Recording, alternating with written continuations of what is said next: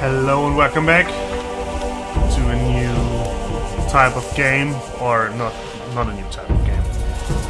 This is my favorite game of all time. I've been basically waiting to play it since forever. Here are the video settings. This game is old, guys. This game is really old. We are running it at 1440. That's as far as it will go. As you can see here, I'm not too thrilled about running it at 16 by 9 or 16 by 10 resolution. This game is old. This game is really old, and you can kind of see the little fix on the side there, fix SP 1.1. That's because I'm running this as with mods. There's no other way you will ever get this to work on 64-bit operating systems. It just won't work. I can also not show you the in-game, not the in-game videos. I'll try to find them on YouTube. If I don't, please don't, don't judge me. I might only be able to find the German ones. But we'll see. If I can get it to work, I will edit these in. If I forget or if I can't, we'll see. I don't have any access to it though. And I would recommend trying to check them out, at least. And if the quality made a difference, you will know how this goes. So let's just stop rambling and start the new game. I'm really hoping this is running well. So here's the intro, it's a black screen. There you are again. I never thought the two of us would meet again. I feel like I spent 3 weeks lying under a load of rocks. Well, so you did. Only the magic within your armor kept you alive. I had feared I might not be able to rescue you from the debris of the temple, but enough of that. You're here now. There's a new threat that we have to deal with. What's the new threat you are talking about? You must become their ally. That's the only way to stop Beliar. We've got plenty of time now. The sleeper has been vanquished. Hints Gothic 1. At least we have enough time now. I did it. The sleeper has been banned. You vanquished him, so much is true. But it's not within our power to stop the war that ensues now. With his final furious scream, the sleeper has set into movement the armies of darkness. It was an order to all evil creatures, a word of power that they were all bound to obey. His last order was, "Come," and they came, all of them, even the dragons. Dragons? They are creatures of an ancient power. I can sense their presence, even here. And they have gathered an entire army of lowly servant creatures around them. Where's this army now? The army is camped not far from here, in the Valley of Mines near Corinus, and they're getting ready to attack. We do not have much time left. What can we do now? What can we do? This time we cannot handle it by ourselves. Only the power of Innos will help us against these dragons. A group of paladins is stationed in the city of Corinus, not far from here. They possess a powerful artifact which could help us to defeat the dragons. They call it the Eye of Innos. You need to get hold of this artifact. Tell the paladins about the threat. You must convince their leader to support us. And once you have talked to him, you need to find the artifact of Beliar. It is the counterpiece to the Eye of Innos. It must not fall into the hands of evil. You may have noticed there, the second part, the last two lines, were kind of recorded. It's still the same voice, but it's a little bit of a different tone to it. That's because that's an add-on part. So I'm not playing the vanilla version of Gothic 2, so I'm playing the Gothic 2 Knights of the Raven version. That just patched in some extra things. So yeah, what exactly is the Eye of Innos? I don't have to spell these out.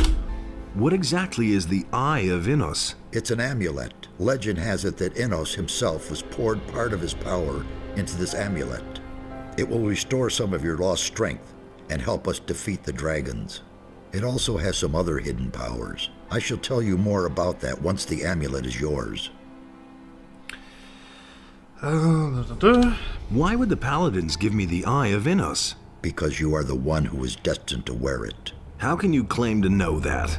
There are a number of reasons. The most important being, you have defeated the Sleeper. If you weren't a favorite of the gods, you'd be dead by now. Let's assume you're right and I'm destined to bear the Eye of Innos. How would the Paladins know that's true? The eye itself chooses the one who may wear it. Once you get hold of it and put it on, the Paladins cannot doubt your words any longer. Well, they definitely can't. How can I get to the city? Just follow the path from here through the mountains. The city is large. You cannot miss it, but watch out.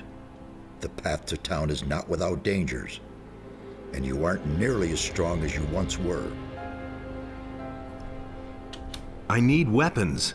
I can only give you whatever little I have here. Look around in my tower. Anything that looks useful to you, you can have.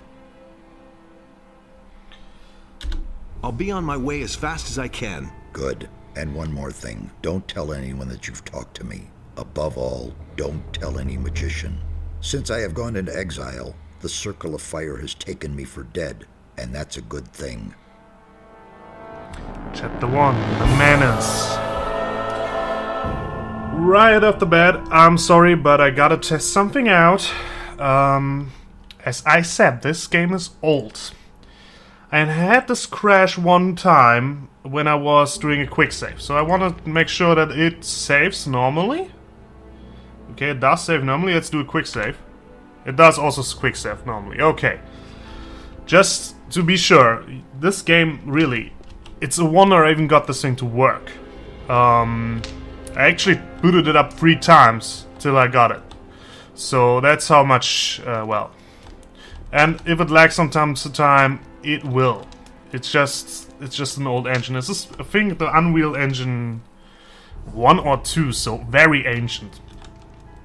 But the first thing I gotta talk about is a little bit of the controversy that's around not this game, but his sequel.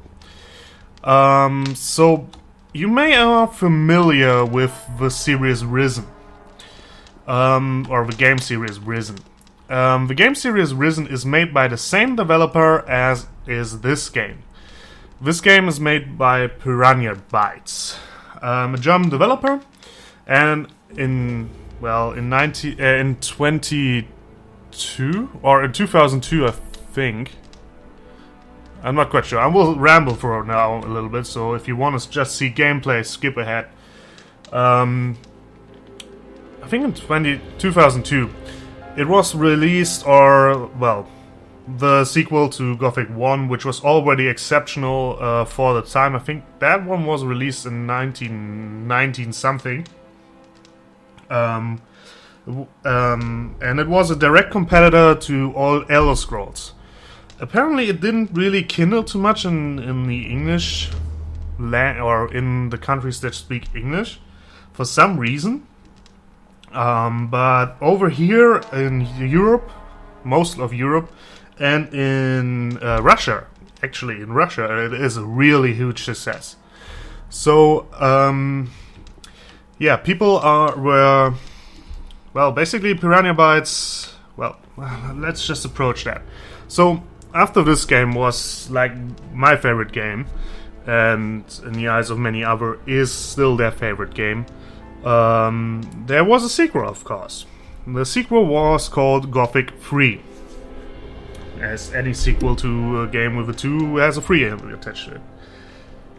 But the problem here was, basically, the publisher JoWooD in, an Australian, or not Australian, I always get that right, Austrian, or I always get that wrong. An Austrian publisher was basically doing the first EA, like pushing the game way out too early. That was back in 2006, by the way. So, or basically the first Battlefield 4. let's just take it like that. So, the game has to be pushed out at a set date, and the game wasn't ready. So this was actually before Steam, I think, or maybe Steam was on its way, or in beta or something, but the time wasn't like... It wasn't a time like today where you can patch everything. It just wasn't. Not every computer had internet. I know that's kind of strange, but yeah, it still was that time where single-player games had to be complete at the get-go, otherwise they might never get fixed. And so basically they sold the game almost a half a year too early. So basically everything was a bug, and what wasn't bugged was a glitch. So things got wrong, or things went wrong real fast. I played the freaking beta version basically. It wasn't even a beta, it was an alpha at best. So it basically was a beta version 1.0, and you had like freaking pigs stun locking you and stupid ass shit. So what happened then was that Piranha Bytes and JoWooD got into a fallout because, well, the critics were all like, this won't be a great game, but it was rushed, so or it's buggy as shit. So basically they put the blame mostly on Piranha Bytes at the time, and Piranha Bytes wasn't too happy with that. Since they have a track record to release buggy games, Gothic 2 is no exception. Gothic 2 is also really buggy. Or was really buggy. Now it's in version 2.6 right now. So they actually patched that thing. And most of the patches have been made by the community. But anyway. So basically, yeah, they basically went into a fallout with each other. Like, Piranha Bytes definitely said that they don't appreciate that JoWooD was rushing them, and yeah, so basically they split up in the end. I think that was in 2008 or something like that. So they split up. Unfortunately, the rights to the franchise gone to JoWooD. And JoWooD would then, or Piranha Bytes would then basically go on to develop Risen, which was basically Gothic 3. The first Risen was basically Gothic 3 done right. So without glitches and shit.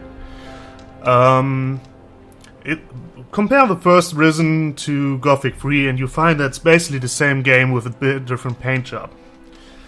So yeah, and JoWooD, having the rights to Gothic, gone on and got another German developer. I'm not quite sure what they were called. Got another developer. I know them from Germany, but I don't know how they were called. Anyway, so and they went on to develop, first of all, an add-on for Gothic 3, which was called Forsaken Gods. What was it called? I don't know. So, they developed this add-on, and guys, I have played it. It's a joke.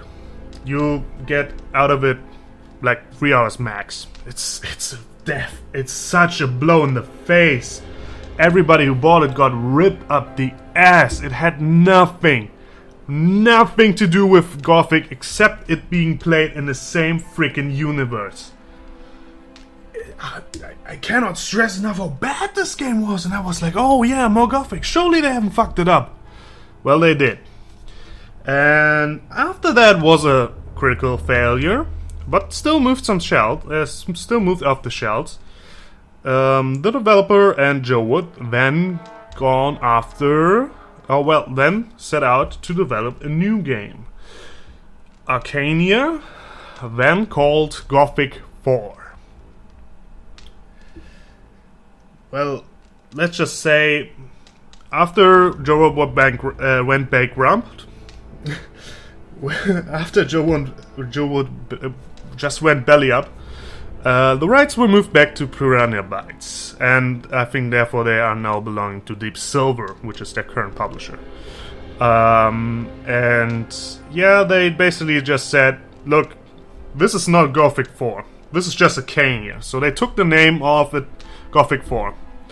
So they just took the name Gothic 4 from it, and it's now just called Arcania. That's how bad this game was.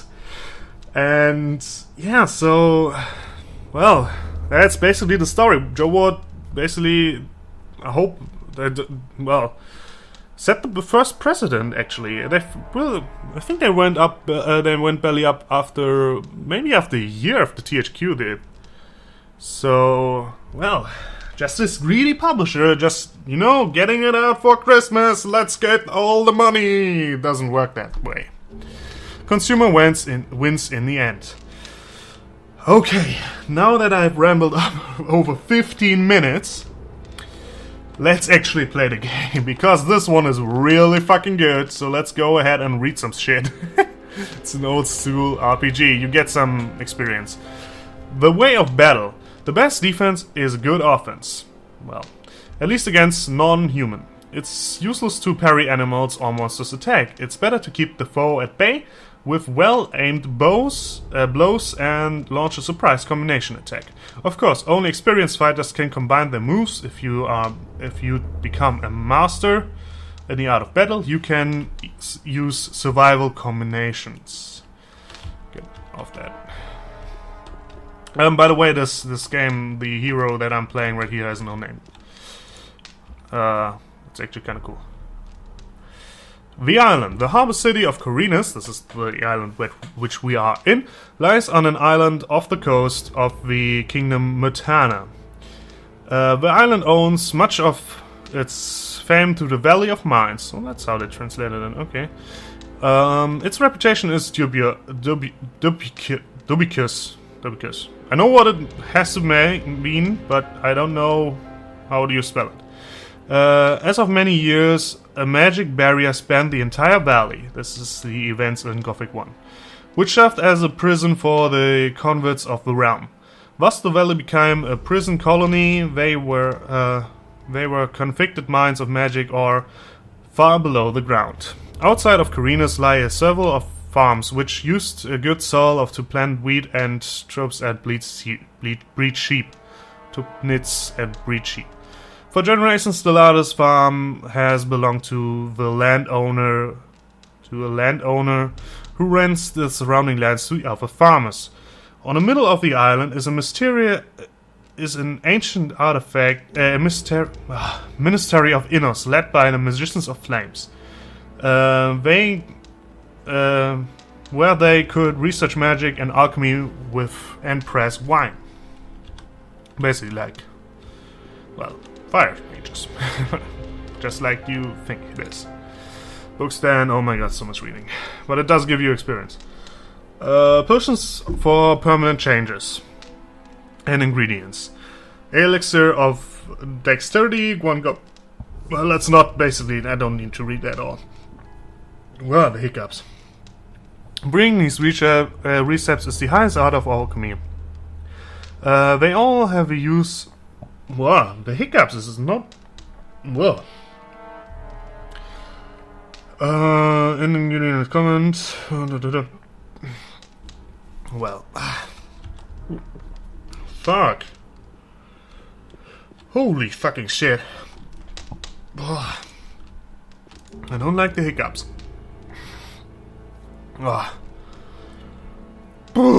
Let's not just not. Oh god. Let's just not read any of these. Let's go ahead for the chest. Loot all that shit. This is the inventory system, as you can see. It's really basic. Let's equip this weapon, by the way.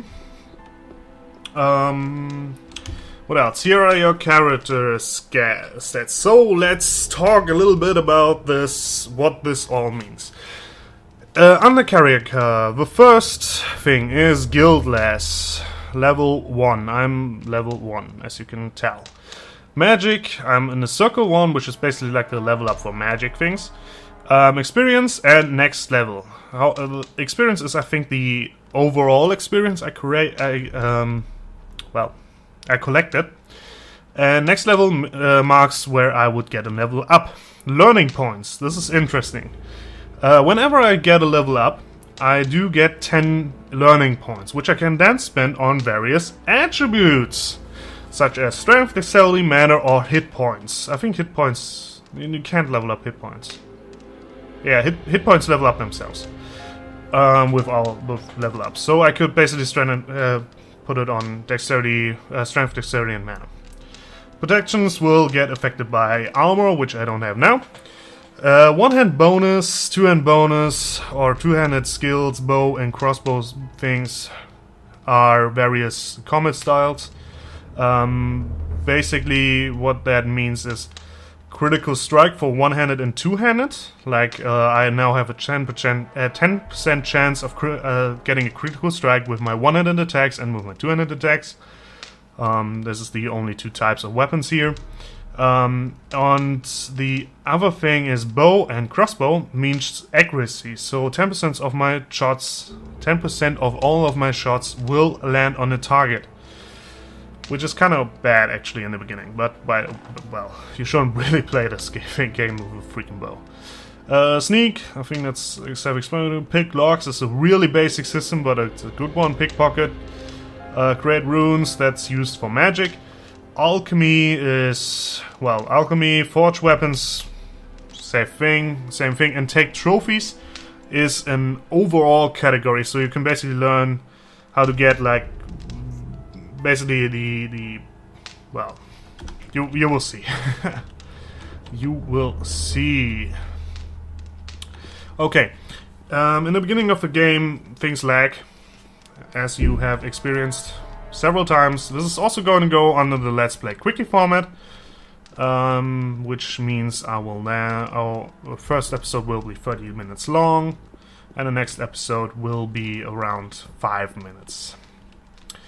Okay, so Sardas, the Black Mage, basically said, all you can find is yours, so let's get everything.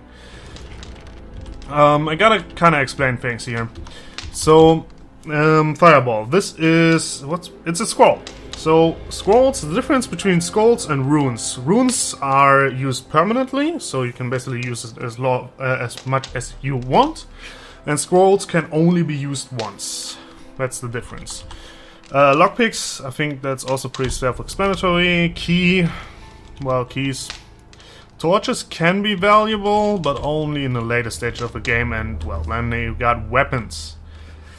Gold, that's currency, as you might have expected. What do we have here? There's a bunch of herbs. Herbs can be used to brew various, well, potions, and can also be used to heal yourself, or grant like some bonus abilities, like the Goblin Berry that we picked up there, Snapperweed. These are mostly named after some creatures that are roaming around the world. Lag. I really apologize for the lag, but that's just an old game. Let's talk a little bit about these herbs more. Here you can see Snapperweed. This will increase my running speed. This one, this is Dragon Rod, will increase my strength permanently, but you can also brew this into a potion that will increase my strength by, I think, 3. I think in the early game, well, they changed that. In the release version, I think it gave 5, and now it only gives 1. Belly of Force. This is a belt. You can use that to gain a little bit of a strength boost. Weapons also carry around with them requirement, a strength requirement, as you might have known in Dark Souls or something like that, that you need to meet, or that you just have to meet. On top of that, strength increases the damage. But yeah, well, strength is mostly used to get better weapons. In the early game, in the later games, just there to basically increase your weapon skill, your weapon damage. Okay, we're done with Sardas Tower. And out in the world. Again, real old game. Cannot stress that enough. And also it was just like Piranha Bytes, to basically hide everything. So, make sure to check everything if you're playing this along. This is basically my first enemy. I can kill this and there's actually no reason why not. So let's go ahead. The combat system is really basic, as you just saw. So you basically, if you don't hold anything down, you're basically moving. If you hold down the left mouse button, you will then strike in the direction you are hitting, or you are pressing. And back obviously blocks.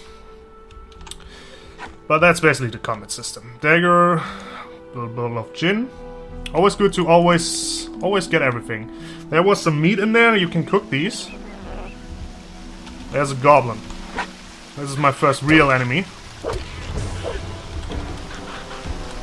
Please don't embarrass. Oh, got him. Good. You can die. This game is hard. Make no mistake. And it's a good idea to save often. And in the early games I would recommend saving after each enemy. It's as hard as that. Healing rod. Really good. It's just badly textured stuff. Here we got some arrows and a short bow, which is really helpful. And you should always keep one bow with you, because some of the later challenges in this game will require you to shoot with a bow. As in any good RPG, you basically can level up everything, but you don't have to. You can specialize. And as a matter of fact, let's equip the bow. It does have some better, it does have some good, what's it called? Some good damage, but the accuracy again is really low. This is also really secret, well, not really secret, but it's a little bit of a secret. Secret passage that you should take. First of all, there are enemies here. Shit, took a hit there. Not good, not good. Took 2 hits. Really bad. Fuck me. Let's save. I should probably consider healing myself right now. Yeah, I'm really serious. You should always heal. But you should do that with things that you cannot process in any way. So, as for example, these mushrooms. They will stay, restore 5 hit points, and I think they also give you a bonus if you consume enough of them. I think it's a mana bonus, but I'm not quite sure on that part. I haven't played this game in a while, or games. It's a singular, only one game. Lure one out. Try to. Oh, there's a black one, isn't there? Uh-oh. Don't fail now.